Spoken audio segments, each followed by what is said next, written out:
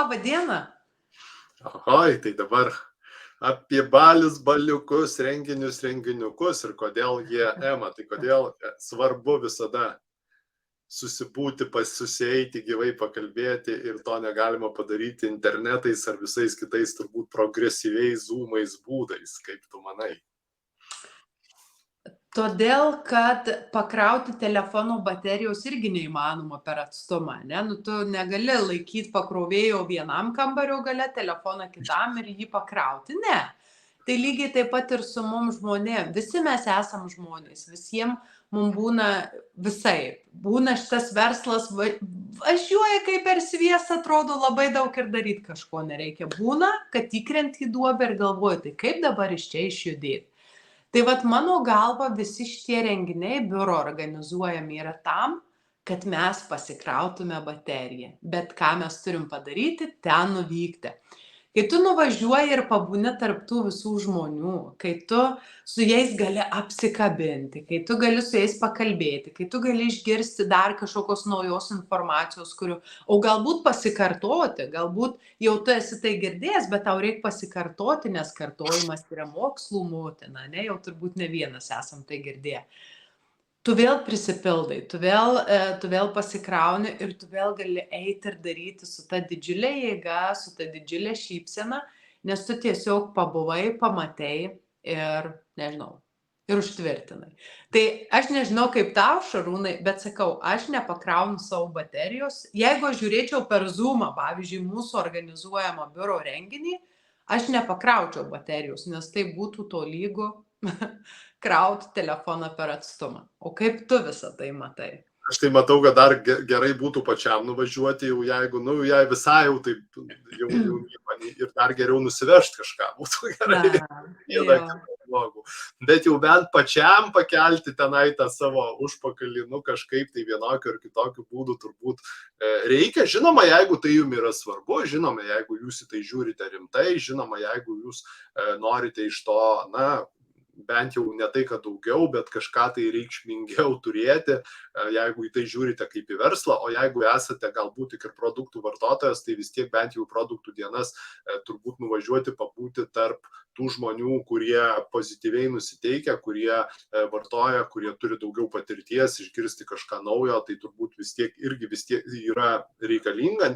Ir visiškai nesvarbu, kad jūs į tai nežiūrite kaip į verslą ir nedarote iš to verslo, tai bent į kažkuriuos renginius, o galbūt ir į visus renginius verta nuvažiuoti vien tik tai todėl, kad tiesiog daug geros motivacijos galima pasikrauti. Ir čia būtent Forever Living kompanijoje, nežinau kaip yra kitur, galbūt aš ne visiškai stebiu ar pastebiu, tačiau aš tikrai turbūt nesumeluosiu pasakydamas, kad pas mus tų renginių, kurių organizuoja ne pasaulinis biuras, o tai yra biuras Lietuvos, tai yra Vilniuje, Pylimo gatvėje esantis biuras, pakankamai daug ir įvairių.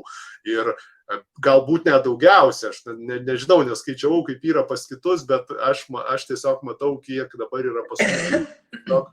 Jau planuoja, nes kiekvieną ketvirtį yra vienoks ar kitoks renginys, jau tas, kuris yra tradiciškai ketvirtį, ir dabar jau atsiranda kelios net biuro organizuojamos atskiros kvalifikacijos, kurių anksčiau galbūt nebuvo, ar prie pandemijos metu nebuvo, ir yra įvairius, tikrai pasirinkimas yra labai ir labai nemažas, arba net nepasirinkimas, o tų suėjimų, kuriuose, bent dirbantis čia tikrai, kuriuose visuose privalo dalyvauti, nes nei važiuoti kažkur toli reikia, nei kažką tai ten kažkokios išlaidos didžiulės yra, tiesiog reikia suplanuoti tą ten savaitgalio dieną vienokią ar kitokią, kur paprastai vyksta, ir tenai būti. Tai ir be abejo pasikrauti savo tas baterijas, kaip Ema sako, ne distanciniu būdu, o iš karto tą konektą padaryti, pabendrauti su spalvinga, marga publika, išgirsti vienas ar kitas naujienas, pasisemti gerų idėjų. Tai biuro renginiuose tokių visada to būna, ir būna labai daug, ir būna su kaupu. Jo, ir kaip kitas žmogus už mus pavalgyti negali ir dar kitų dalykų padaryti, žinai, taip ir už mus negali nuvažiuoti į renginį ir pakrauti mūsų baterijų. Tikrai mes Ir jeigu ypatingai jūs turite savo komandą, jeigu jau jūs esat savo komandos kaip ir lyderis, tai mano galva jūs turite būti pats pirmas tokiuose renginiuose. Aišku, aš suprantu, kartais ištinka gyvenimas ir viskas čia suprantama, bet jeigu visų pirma norit, kad jūsų komandos nariai važiuotų į tuos renginius, tai jūs turit būti pats pirmas tenai. Negalit tikėtis, kad komanda važiuos, o aš galėsiu savo likti namuose ir, žodžiu, ir leisti laiką su šeima. Mano galva taip nevyksta. Tai va, tai dabar gal pakalbėkime apie tai, Šarūnai, o kokie aplamai tie renginiai yra organizuojami mūsų mylimo, gal ne Lietuvos biuro, gal Baltijos šalių, ar ne, nes tai yra ir Lietuvos, ir Latvijos, ir Estijos biuras, bet tiesiog, aišku, visi renginiai vyksta lietuvių kalba ir normalu. Nu, ne visi gal, sėkmės diena kartais būna sausinė, bet šiaip dauguma tai vyksta lietuvių kalba ir daugiausiai, aišku, lietuviai ir atvažiuoja į tą renginį. Na, dar buvo, aš pamenu, verčiama sėkmė dienos į žestų kalbą, tai yra kurčnebiliems verslo partneriams ir produktų vartotojams. Tas irgi buvo ir tikrai buvo pakankamai ilgą laiką, dabar aš pastebėjau, kad jau galbūt nėra šiuo metu. Ne, buvo ir per praeitą sėkmės dieną, kad buvo, nes mes turim labai gerbiamų iš Panevėžio berods žmonių, kurie atvažiuoja sėkmės dieną ir jiem visada yra gestais. Tai turbūt nežinau, kaip tu su manim sutiksi ar ne, bet mano akim žiūrint, tai yra tokie renginiai, kuriuose turėtų turbūt atvažiuoti visi ir atsivežti visus. Tai yra produktų diena, tai yra, kur suvažiuoja ne tik tie žmonės, kurie yra distributoriai, verslo partneriai, bet suvažiuoja, jie atsiveža visus savo ir tuos, kuriuos vartoja produktus, arba planuoja vartoti, arba apskritai žmogų, na, galima pasakyti, tiesiog iš gatvės, jeigu jisai nori išgirsti ir sužinoti ir pamatyti galbūt kažką naujo savo, pamatyti, atrasti kažką tai naujo savo, tai yra tie renginiai, kuriuose kiekvienas praktiškai gali išgirsti daugiau apie sveiką gyvenimo būdą, detoksikaciją, galbūt svorio korekciją, mitybos įpročius, odos priežiūrą ir daug dar įdomių dalykų. Ir jie bene turbūt būna gausiausi tie renginiai ir juose būna daugiausia žmonių. Tradiciškai paprastai vyksta pusdienį, kažkurį tai šeštadienį, paprastai galbūt, nors gal buvo ar sekmadienį kažkada, tai paprastai tokie renginiai Lietuvoje vyksta Kaune, na taip jau įprasta.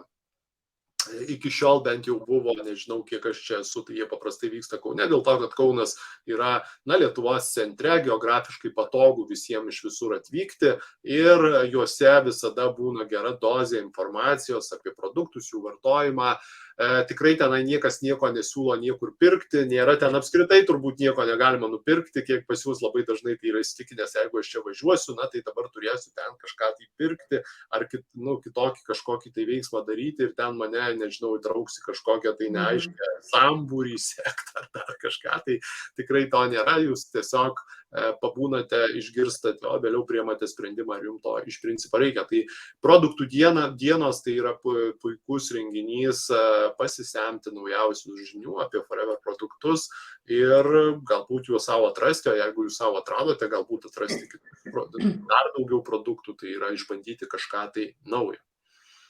Jo, tai čia yra, dažniausiai vyksta BLC, ne verslo lyderių centre dažniausiai, nes ten yra labai didelė salė, kad visus talpintų. Tai čia yra produktų dienos. Paskui, pavyzdžiui, į metus 2 kartus vyksta sėkmės diena, apie kurią jau aš užsiminiau, ir tai yra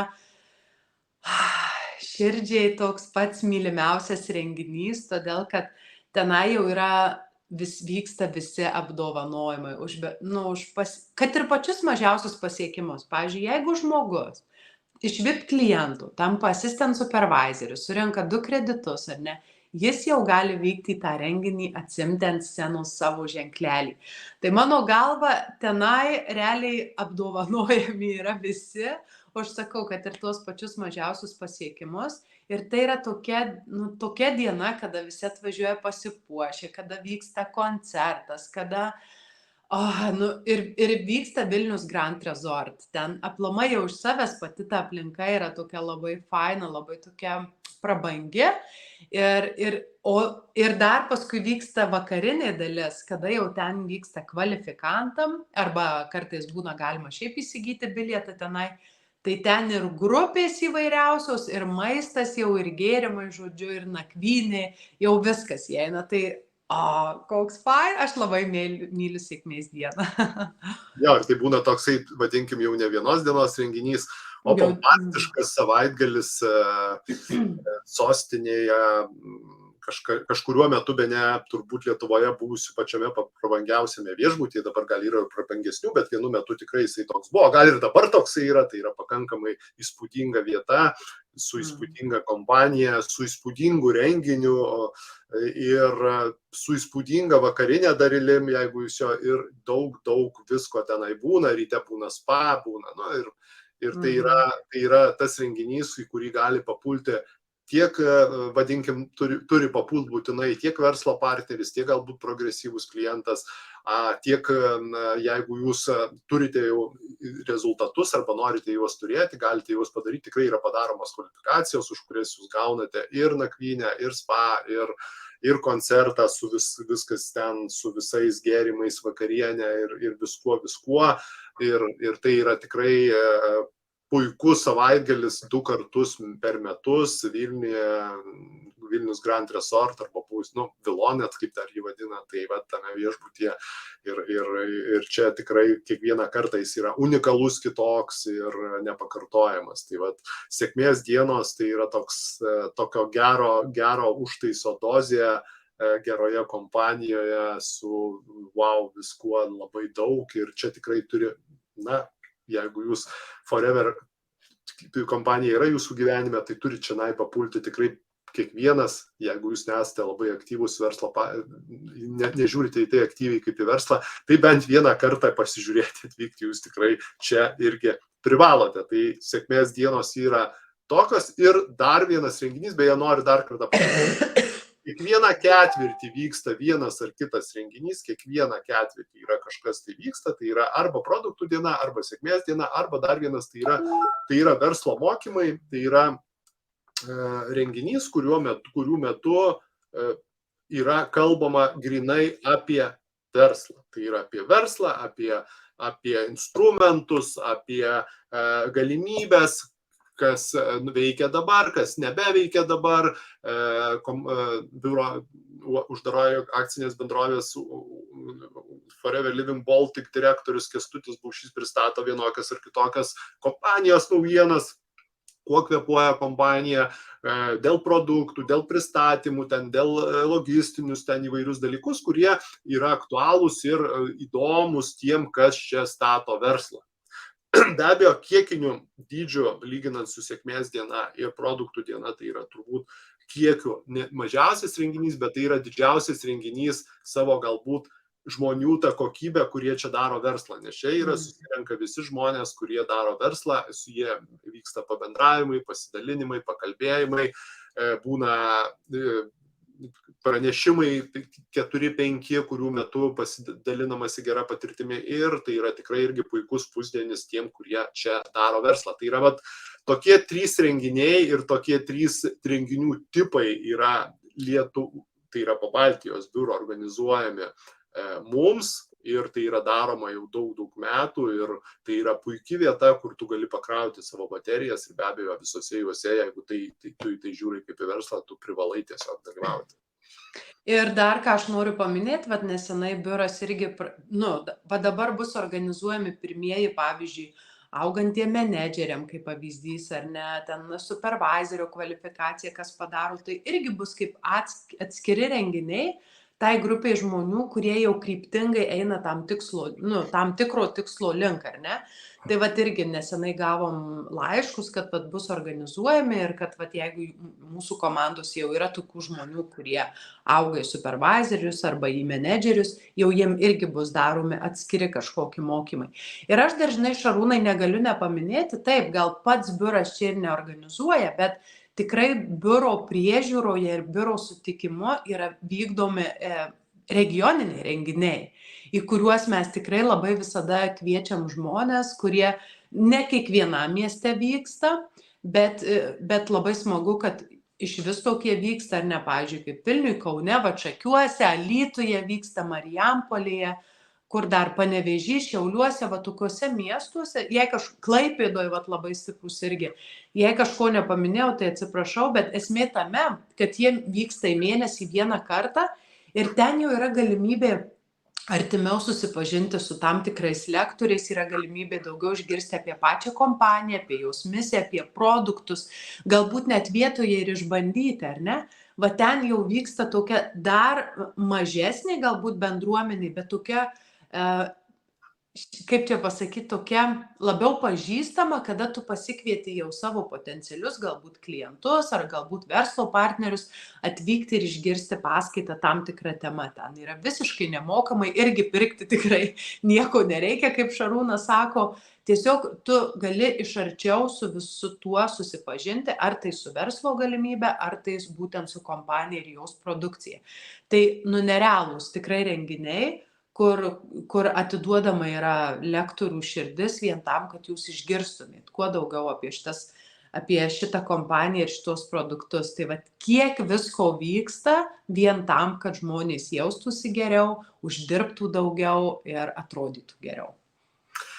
Tai jeigu nebuvote nei viename iš tų išvardintų renginių, tai tikrai rekomenduoju paplanuoti, ypatingai jeigu jūs darote verslą šioje kompanijoje, jeigu jūs žiūrite į tai kaip į verslą, o galbūt jeigu esate ir vartotojas, tai bet kuriuo atveju siūlau bent kartą visuose 3 apsilankyti, galbūt jūs čia atrasite kažką tai naujo savo o kad atrasite, aš beveik nebejoju, nes tai yra labai įdomu, tai yra svarbiausia visuose renginiuose, be abejo, nepriklausomai nuo to, kaip jie yra organizuojami, kas juose būna ir taip toliau, tai yra svarbiausia žmonės, kurie juose renkasi. Ir čia jūs su jais visais galima pabendrauti, su jais visais, kaip Ema sakė, galima apsikabinti, pakalbėti galbūt ir gauti kažką tai tikrai, ko dar iki tol jūs nebeturėjote. Tai tikrai paplanuokite, tikrai dalyvaukite, be abejo, ir mes ten su jumis susitiksime. Tai turbūt šiandien tiek. Tai va, vien jau dėl bendruomenės yra tikrai verta, o paskui pamilsta žmonės ir produktus, ir kartais net ir verslo galimybę. Tai viskas, ačiū visiems, kurie prenumeruoja mūsų, spaudžia subscribe ir varpelį, kurie įsimyli Forever ritmu mūsų kanalą, ar ne, kurie dalinasi su savo komandos nariais. Mes tikrai esam labai dėkingi ir pasimatom kitą kartą su dar geresne tema. Iki. Iki.